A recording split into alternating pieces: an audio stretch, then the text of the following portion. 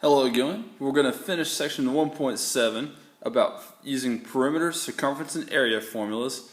And in particular today, that's kind of what we're going to do. We're not necessarily going to calculate the perimeter, circumference, and area of a basic geometric figure like you were with lesson goal 1 for this section. But what we are going to do is we're going to learn how you use perimeter and area formulas to solve problems about squares, rectangles, triangles, and circles. And when I'm talking about solving a problem involving a rectangle, square, whatever, using the perimeter and area formula, normally what I mean is it's going to be a scenario like what you see here in these problems where you're either given a perimeter, you're given an area, and you're trying to find one of the dimensions of the rectangle or the dimension of the triangle. Okay, there are also situations where you can use the area to find a cost, for instance, of trying to paint a wall, something like that. But right now we're focused on finding missing dimensions if we know a perimeter or area of a basic type of geometric figure. Okay, now I'm going to encourage you for each of these problems to try them on your own first and then listen to me. If it's too tough at the beginning, just kind of watch the method that I use for the first problem or two and then try some others on your own and check your work. But I would like you checking your work and trying it on your own first. Alright, for this first problem here, we're trying to find the width W if we know the perimeter and actually we know the length of this particular rectangle. Now here's where the width would be.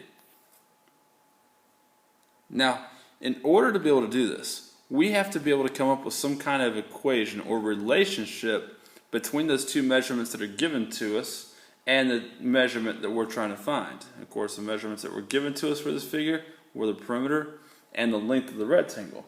And so we got to think of how do you relate perimeter, length, and width? Well, quite simply, if you're ever given the perimeter of an object, you're most likely going to be using its perimeter formula in order to answer whatever question it is that's being asked. And so we're going to use that P equals 2L plus 2W formula in order to find the width. And the way that's going to work is simply this. We're going to substitute all the values that we know into that formula, which in this case includes P being 8.4. Alright, this pen doesn't like making decimal points very well. Yeah, that's an ugly decimal point, huh? Anyway, P is 8.4 and L is 3.1. So we'll have 2 times 3.1, much better decimal point this time, plus 2W. Alright, now once we've made that relationship between the values that we know and the value that we need to find, it's as simple as using algebra. Let's simplify the right side of the equation first. Make that 8.4 equals 6.2 plus 2W. Subtract 6.2 from both sides, you get 2.2 is equal to 2W. And then you can divide both sides by 2 and you're going to get that the width is 1.1 and that's measured in meters for this problem. Alright, try the next problem.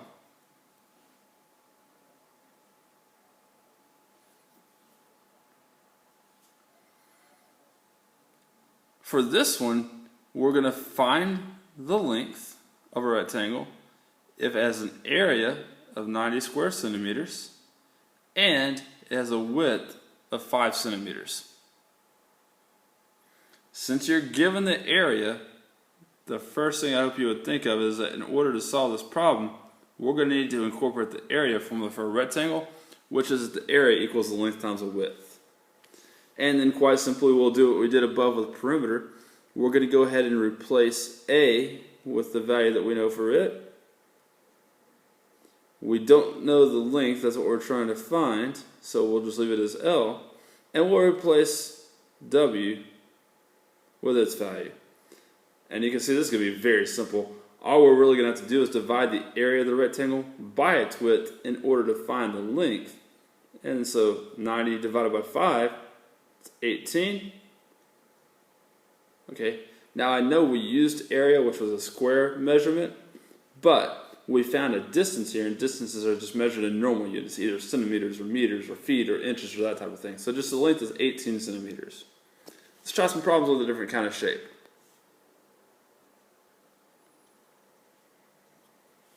Alright, let me draw in the base for this rectangle, not that you need me to, but it will be helpful to us. This is the measurement we're trying to find.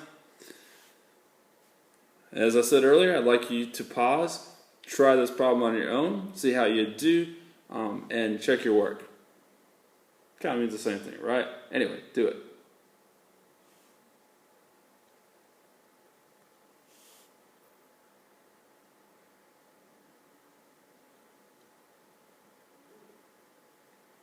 This time we're given the area of a triangle, and we're trying to find its base.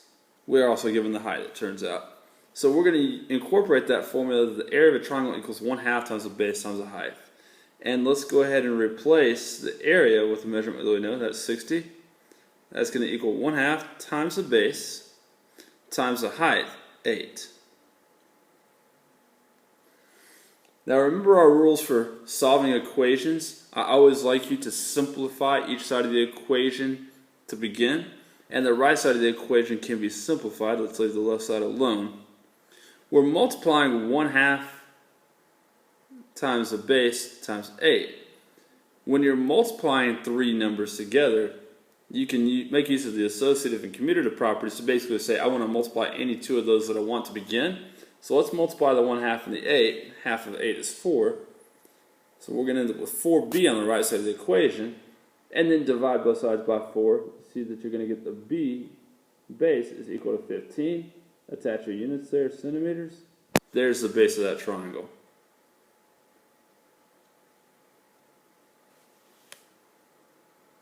Okay, and then the next problem is really the same thing, since we're just trying to find the other dimension of a triangle. It says for this one, to find the height, if the area is 35 square meters and the base is 14 meters. Alright, you better be able to figure this one out on your own after watching the last example. Put 35 in for A. That's going to be equal to 1/2 times the base 14 times the height. That's our unknown measurement. Let's simplify the right side of the equation. Make that 35 is equal to 7h. And then that will tell you that the height of this triangle would be 5 meters. Very good. One more pair of examples. They're a slightly different type of question, but nevertheless, one that you will find logical and that you'll be able to do. You got a problem involving a square and then a circle here. And these are actually pretty interesting questions because they involve perimeter and area. If you look at the first one, it says find the perimeter of a square. All right, the square part's pretty important here too.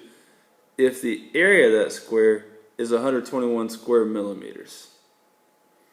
Now, in this problem where we're trying to find the perimeter and where we're given the area, we're going to make use of both of the formulas for a square.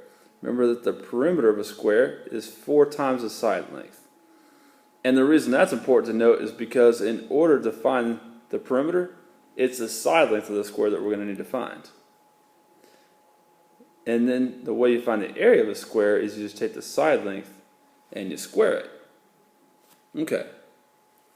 Now we're going to have to start with information that's given to us. And since what's given to us is the area of the square, we're going to start with that area formula first.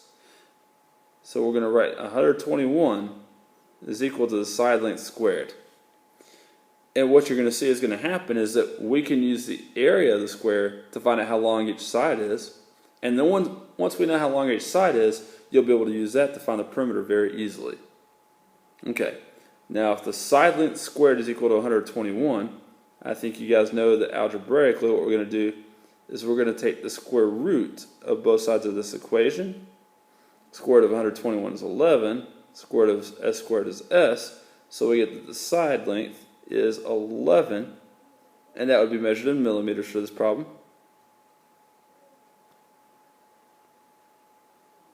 And now that we know the side length is 11, we can come and use our perimeter formula to finish up the question.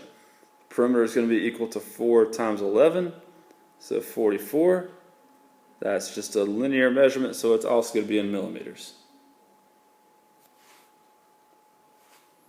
All right, and lastly, we've come to this problem where, again, we're dealing with area and perimeter, but we're calling it circumference because we're working with a circle. It says find the area of a circle whose circumference is 12 pi decimeters. So we're going to have to make use of two formulas here as well because our problem is involving perimeter and area. And remember, the area of a circle you find by multiplying pi times the radius squared. The circumference of a circle is either 2 times pi times the radius or pi times the diameter. And normally, I think of it as pi times the diameter, although either is correct. As far as which formula we're going to start with the one that we know some more information about. And what we know is the circumference of the circle. So we're going to start with that circumference formula. And the circumference is 12 pi units. We're going to set that equal to pi times the diameter. Now what's going to happen here is this. We can use this formula to find out what the diameter of the circle is. And then if you know what the diameter of the circle is, you can figure out what its radius is. And when we know what its radius is, we'll be able to find out the area. All right? Very simple. Now, as we're solving this equation, 12 pi equals pi times diameter, in order to get d by itself, we're going to have to divide both sides by pi. Now, I'm going to show you the work. Ordinarily, I would just want you to show the result of this step. But let's go ahead and show the work. Divide both sides by pi. And as you know, anytime you divide a number by itself, that quotient is 1. So on the right side of the equation, when I divide pi by pi, those things are going to cancel out. So 12 pi divided by pi is 12. On the right side of the equation, I've got pi times d divided by pi. Since pi divided by pi is 1, that's going to cancel out, and it's just going to leave you with d. The diameter here is 12, and that would be in decimeters. And if the diameter is 12, that means the radius is 6 decimeters. And now we can say the area is pi times 6 squared. 6 squared is 36, so that gives us 36 pi square decimeters for the area. Alright, at this point you ought to be able to see how you use perimeter and area formulas in order to find missing measurements on a figure or to solve problems with basic types of shapes: rectangles, squares, triangles, circles specifically. Thanks. Good luck on the assignment.